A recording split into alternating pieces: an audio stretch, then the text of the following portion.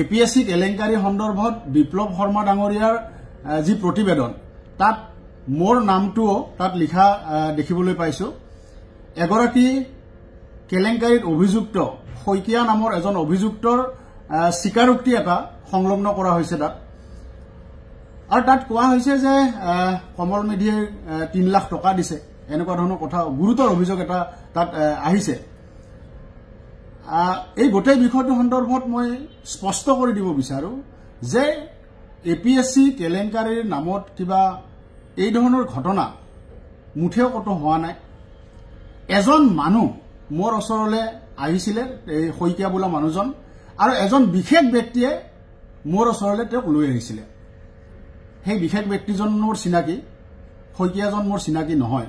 তেখেতে আহি মোৰ লগত চিনাকি কৰাই দিলে আৰু শইকীয়া বোলা মানুহজনে ক'লে যে তেখেতে অখিল গগৈৰ ঘৰৰ পৰা আহিছে আৰু অখিল গগৈ মোৰ লগত কথা পাতিব দিছে বুলি ক'লে। মই তেতিয়া সুধিলো যে কথাটো কি?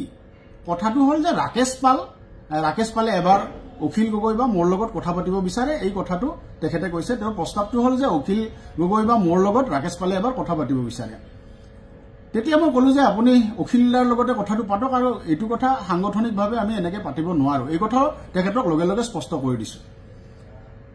তাৰপিছত 10-15 মিনিটমান সময় তেখেত মোৰ লগত আছে, কথা পাতিছে আৰু তেখেতক মই স্পষ্টকে কৈছো যে এইটো বিষয়ে আমি কথা পাতিব নোৱাৰো।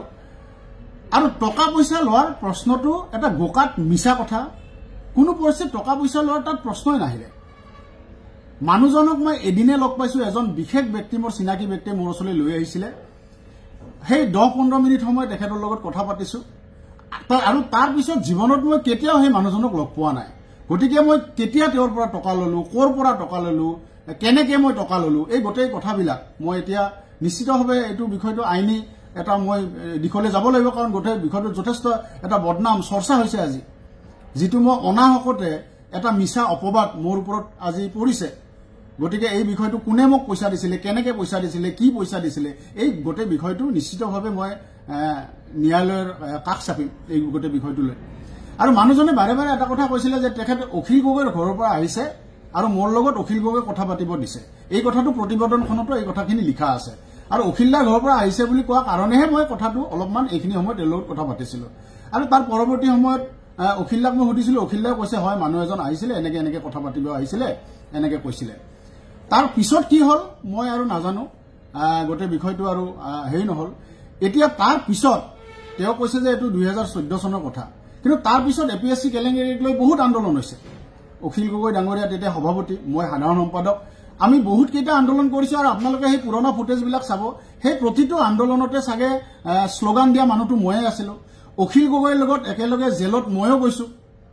তাৰ পিছত এই 14 চনৰ পিছত আমি কেইবাবাৰো আমি অখিল গগৈৰ লগত মই একেলগে জেলতো গৈছো, আমি আন্দোলন কৰিছো। সেই পুৰণা ফুটেজবিলাক যিসকলে চাব তেওঁলোকে দেখিব যে আমি পুৰা আন্দোলনত মই নিজে সক্ৰিয়ভাৱে আছো তাৰ পিছত। গতিকে এইটো এটা মই ভাবো যে এইটো সাংঘাতিক ধৰণৰ এটা কিবা ষড়যন্ত্ৰ ইয়াত আছে গোটেই বিষয়টোত, যিটোৰ জৰিয়তে মোৰ নামটো সাঙুৰি দিয়া হৈছে আৰু মোক জনমানসত সম্পূৰ্ণৰূপে আজি এক ধৰণৰ বদনামে মোৰ ওপৰত কৰা হৈছে। গতিকে এই কথাটো মই অখিল গগৈ ডাঙৰীয়াই মোক স্পষ্ট কৰি দিব বিচাৰিছে, স্পষ্ট কৰি দিব কৈছে। অখিল গগৈ ডাঙৰীয়া তেতিয়া প্ৰেচিডেণ্ট আছিল, মই ছেক্ৰেটাৰী আছিলো, আমি একেলগে কাম কৰিছিলো। তেতিয়া তেনেকুৱা ধৰণৰ কোনো গেপ নাছিলে, কিন্তু আজি তেখেতে মোক স্পষ্টীকৰণ এটা দিব কৈছে, মই স্পষ্টীকৰণ এটা দিলো। গতিকে এই ধৰণৰ কোনো ধৰণৰ টকাৰ লেনদেনৰ প্ৰশ্নই উঠা নাই আৰু এই গোটেই বিষয়টো লৈ মই নিশ্চিতভাৱে আইনৰ কাষ চাপিম।